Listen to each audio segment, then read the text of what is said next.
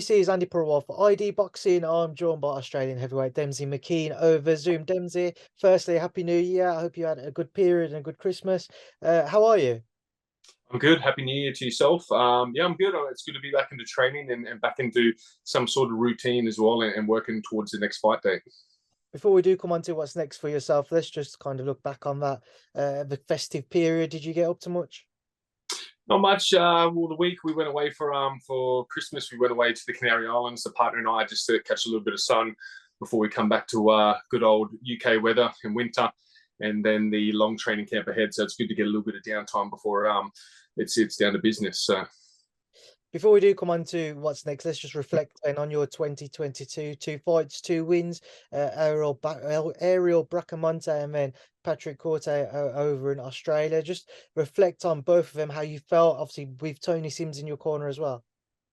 yeah, so the Bracamonte fight at the O2, that was the first, pretty much the full camp I had under Tony Sims. Obviously, my first fight was a little bit, I was in AJ's camp, Dillian Whyte's camp. I was in America for a little bit, so I didn't get to spend too much time with him. So yeah, it's good. It's first camp, getting to kind of know each other, figure out each other's styles and that. So it was a good learning fight, and obviously I sustained a badly broken thumb in that fight, which kind of put me on the sidelines for a little bit as well.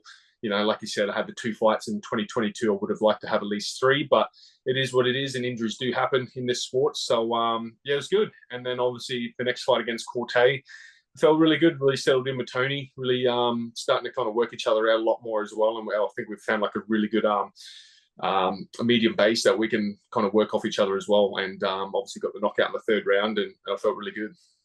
Obviously, we've seen over his last couple of years or so, Tony's had a great deal of success with his gym, and he's received a lot of plaudits for that. For yourself, what in particular is it about working with Tony that's impressed you the most?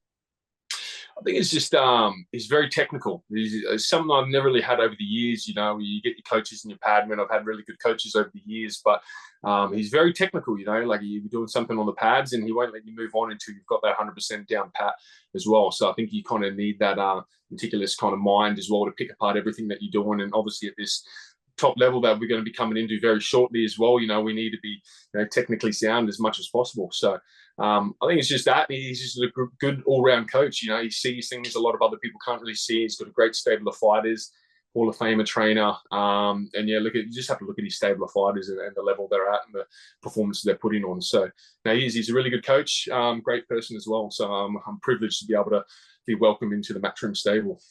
I think you'll do well to find anybody who has a bad word to say about Tony Sims. He's indeed a very good guy, as you say, Dempsey. And just looking towards the future, you mentioned just in the fights you've had just beneath that world level scene as you approach it now. What are the plans for 2023?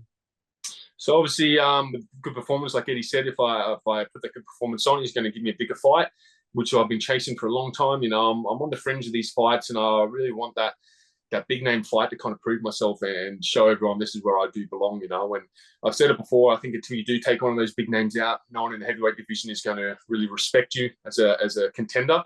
So we need that big fight, So we've had some names thrown at us. Maybe we come close to Dillian Whyte fight. That was about 75% done. Come really close, and then obviously signed with Buddy McGirt, and I don't think they were too keen on Southpaws. So story of my life, no one really likes to fight the Southpaws, even though there's Southpaw champion at the moment. So that's still a fight I'd really like against Dillian Whyte. He's been at the top. He's still at the top as well. But I think stylistically, that's a really good fight for me to kind of announce myself from that world scene. Whether or not they want to take that fight or not, he's been promised AJ now, so it's quite unlikely unless he wants to fight before that. So yeah, we've also been mentioned with Zhang. Herkovich is another good fight. I'd happily kind of take that fight. He's next in line for Usyk. If he doesn't want to sit on the sideline too long, why not fight another southpaw? Makes sense. So, but just depends who's available at the time. We've there's a few good heavyweights in the Matchroom stable at the moment, so I'd happily take on any of them. There's a couple there which I want to touch on, but let's just stick with Dillian, as you mentioned how close you were at one point to that fight. So from the sounds of it, was a deal being agreed up until Dillian announced his deal with Buddy, and Buddy kind of put the brakes on that fight? Not too sure about the intricacies of that one, but I know we were we were coming to like a contract agreement. You know, we were working out, my manager's working out the contract, possible fight after if we did beat Dillian and when we did beat Dillian. So it was coming very close, you know, for the contractual side of things to be starting to get written up. It was very close. And then I know the southpaw thing was quite a big deterrent in that factor as well. But obviously, you know, he signed with a new coach. Fighting the southpaw for the first time in your career under a new coach could be a tricky situation. So they probably made the smarter decision to go with an orthodox, you know, rather than shock things up too much. So on that note, then Demsey, we saw him come through quite a close fight with Jermaine Franklin in the end. What did you make of that? And if it was you in the ring on the night, do you feel like it would have been a different outcome? Mate, I would have boxed his ears off that night, 100%. I would have beat him senseless. Honestly, I think if that performance, you know, I don't know if he's on the downward spiral or, you know, new trainer, they're starting to gel, or if it's just an off night. You know, Franklin's a good operator as well. You know, some good skills, good hand speed and stuff. But I think that if that was me in there, big, tall, southpaw, rangy, strong, putting combinations together, like Franklin was landing them. If that was me on the other hand of, it would have been 100% success rate for me on that night. I truly believe that as well. So that is why I want a good fight, especially against someone who's a former world title contender as well. You know, he's got a big name at the moment. There's a lot of guys after him that can probably think they can beat him too. So Another name which you mentioned, somebody you've sparred with previously, is Anthony Joshua. Now, we saw Eddie say that there could be a plan at some point in AJ's career, however long he has left, where he goes on somewhat of a world tour, goes back and boxes in America. He's mentioned Australia against yourself. He's mentioned China with Zhang, amongst other places. Have you been brought into those conversations? Because Eddie said that he wants AJ out early April against a top 15 heavyweight. Yeah, well, we're kind of in talks a little bit. Like Eddie said, he wanted to do it at the Gabba, the big cricket stadium in Brisbane as well. Obviously, Brisbane's pretty much my backyard. I'm born just outside of that. So that's obviously a fight that I'll cherish. That'll be massive. But I think from a business side of view, like Eddie said, I have to beat a reputable name first to be able to land a big fight like that in a stadium fight, which is, I can completely understand. Obviously, business side of things and marketing side point as well. So, but hey, if they want to fight in April, I'll be perfect. I'll be ready to go for them as well. Once again, whether or not AJ wants to fight another southpaw, you know, he's probably sick of southpaws by now, and maybe wants an orthodox. So just have to wait and see. You know, it's boxing. You just got to stay fit, stay ready. The opportunities will arise, and sometimes they land your lap, like what happened to Andy Ruiz that time as well. You know, he's gifted massive opportunity, and look at the success that come from that as well. So. I mean, Dempsey, you mentioned that southpaw stance, and for as much as you might feel that maybe AJ wants to move away with it because of the two fights he's just had with Alexander Usyk, you could also look at it from the flip side and think maybe he wants to get back in there with a southpaw just to prove to himself if he can beat one or not. Well, definitely, like he's been training for southpaws for a couple of years now as well. Been sparring him. I've been in AJ's camp for both those Usyk fights as well. I've sparred AJ. I've seen the advancements he's made in the fights, in the boxing and the training and everything in between. So he's still a great competitor. As much as many people write him off, you know, he's fighting the cream of the crop every time. You know, he just fought a very smooth operator in Usyk and fell short twice, but can't take anything away from that. He's done wonders for the heavyweight boxing in the world as well. So people have to give him the respect due. So and he's still one of the top dogs of the division for sure. He's still a force to be reckoned with, and you take him out and your name's right at the top there, and you're right in line for a world title. So that's what I'm saying. A couple of these guys here, you're only a fight away, possible 1 fight, 2 fight away from a world title fight. So it's exciting times. Sticking with the theme of Anthony Joshua, then Demsey, as you mentioned, Eddie said to you, maybe you need to have a big name on your record. But as we edge ever closer towards that early April mark, has he said that you could well still be in the running at all? Has he opened the door to that fight, especially when I'm seeing the likes of, say, Chris Arreola or Nato Varlin, who's a southpaw himself, being mentioned? I'm sure you yourself feel that you're just as capable as what those guys are.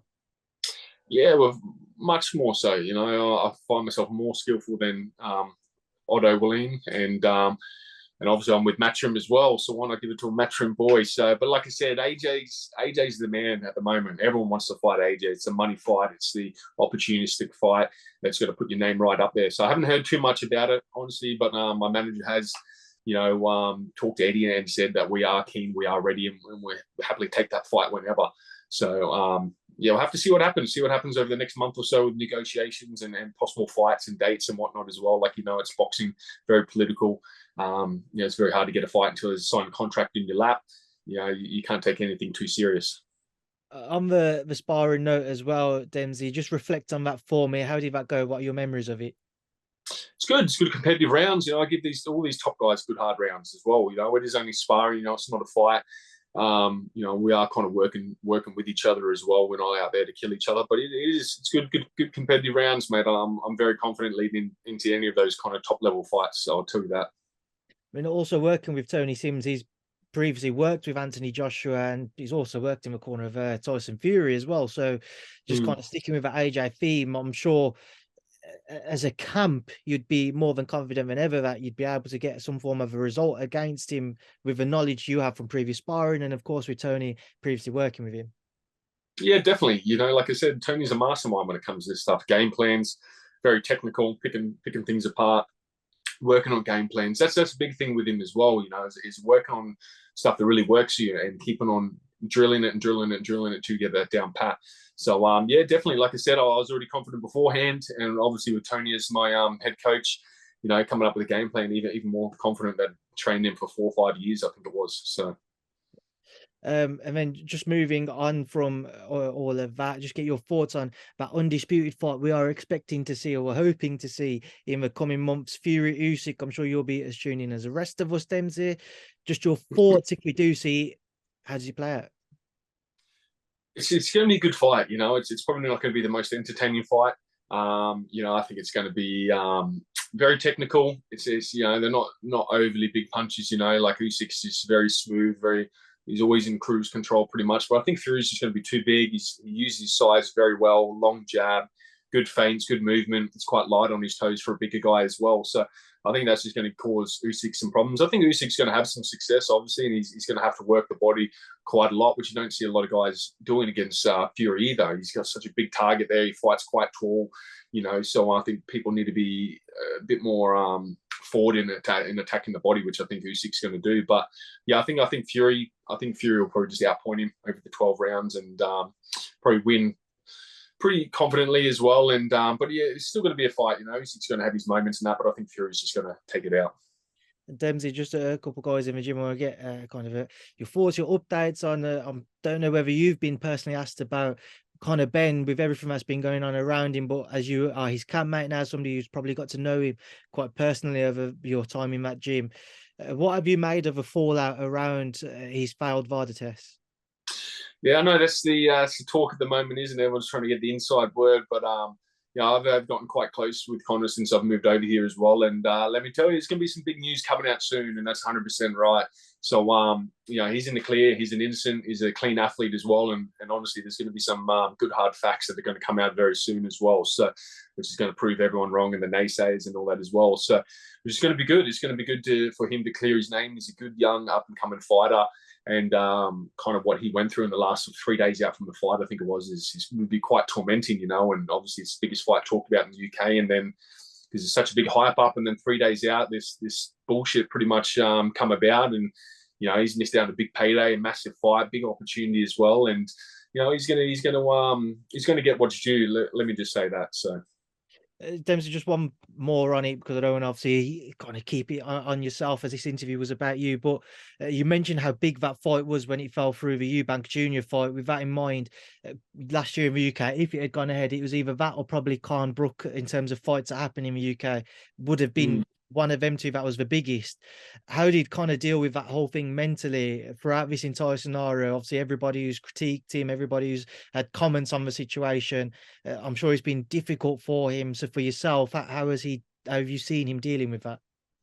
Well, he's done the correct thing. His father Nigel's over here during the whole camp, so he's been quite close with him. He's been living with Conor this whole time as well. So obviously to have your father during a time like that is, that's probably the next best thing that can happen. But he stayed, he done the right thing. He got off social media. He just trained as well. He kept training every day, and that's the best thing to do is preoccupy your mind. And mate, it's a very we have a very toxic sport. We have some of the most toxic fans in the world when it comes to combat sports, let alone boxing. You take a loss, people write you off. They write you off if you don't fight the best, but when you do fight the best and you come up short, they write you off again. So, you can't win with a lot of although we have some of the best fans in the world as well. There's always two sides of it.